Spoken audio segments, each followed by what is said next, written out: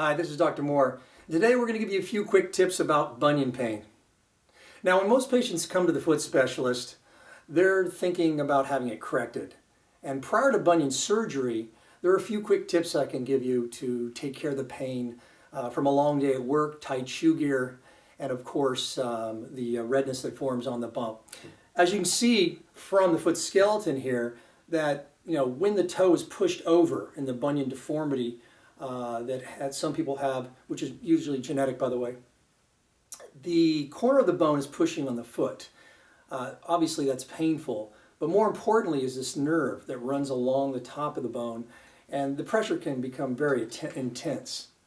Now, besides not wearing shoes at all, or sandals that don't push on that area, there are a few good shoes that are out there in the running shoe market, and I've found that this mesh top, this one's made by Nike, is the best. And even though you'll see some of the softer tops, they'll still have a rim of either vinyl or leather that comes around the front of the shoe, and that can also sometimes press against this area and the bunion deformity.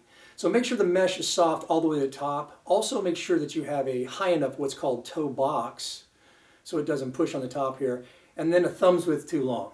I always tell my patients the sizes are made all over the world. I don't know, I've got a plethora of 10s and 12s in my closet, but always I put the thumb down to make sure that my toes are just behind that area, about a thumb's width too long.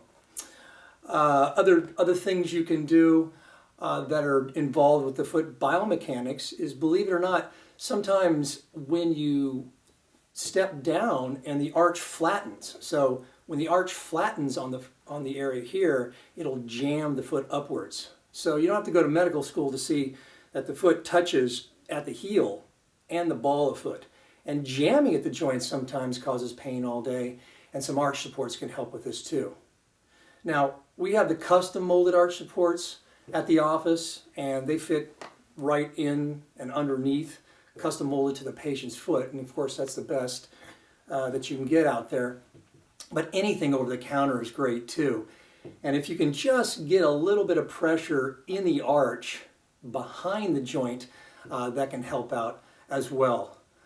Dr. Scholl's also has something called the Bunion Shield. It's silicone, looks kind of like a half an eggshell, and you can put that right on top and stop the shearing.